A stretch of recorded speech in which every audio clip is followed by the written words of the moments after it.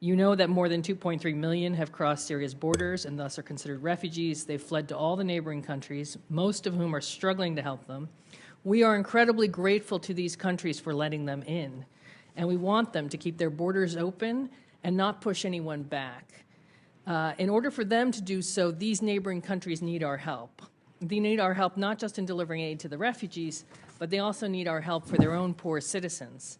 And they need help for their own budgets, which are strained and overstretched by delivering services to these much larger populations.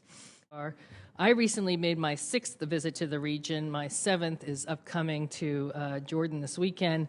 Right before Christmas, I traveled to Erbil in northern Iraq. There I had the pleasure of wading through oceans of mud in cold temperatures to visit with refugee families and consult with local government officials. The good news is that the UN agencies, non-governmental organizations, and local charities have managed to house a lot of people in tents and keep them warm using an extra layer of tenting fabric, kerosene stoves, and lots of blankets. Still, this is no place for children to grow up. I saw kids there running around in plastic flip-flops without socks. This is not a good environment for families. In Lebanon, they continue to keep its borders mostly open and is now hosting the largest number of refugees in the smallest country in the region. You've already mentioned its refugees make up 20% of the population in Lebanon, on top of 400,000 Palestinians who've been there for decades. More than 1 million refugees are split between Turkey and Jordan, and those are just the registered refugees. There's many more citizens from Syria living in both of those cities. Iraq and Egypt also have large populations of Syrians.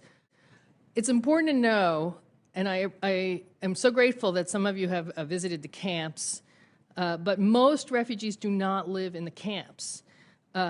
In early December, my principal deputy, Assistant Secretary Simon Henshaw, visited refugees in cities of southern Turkey, Kilis and Gaziantep, and there he saw the work of NGOs and municipal governments struggling to deal with an influx of refugees living in the cities and towns of Turkey.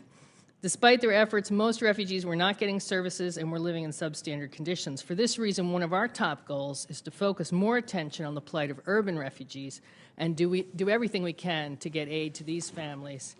Other challenges that we talk about in the testimony are children.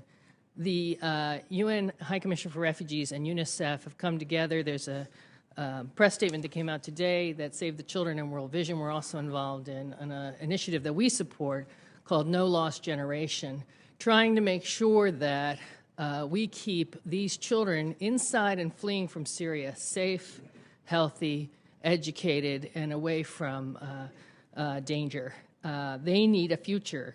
Another issue of great concern to all of us is protection of women and girls.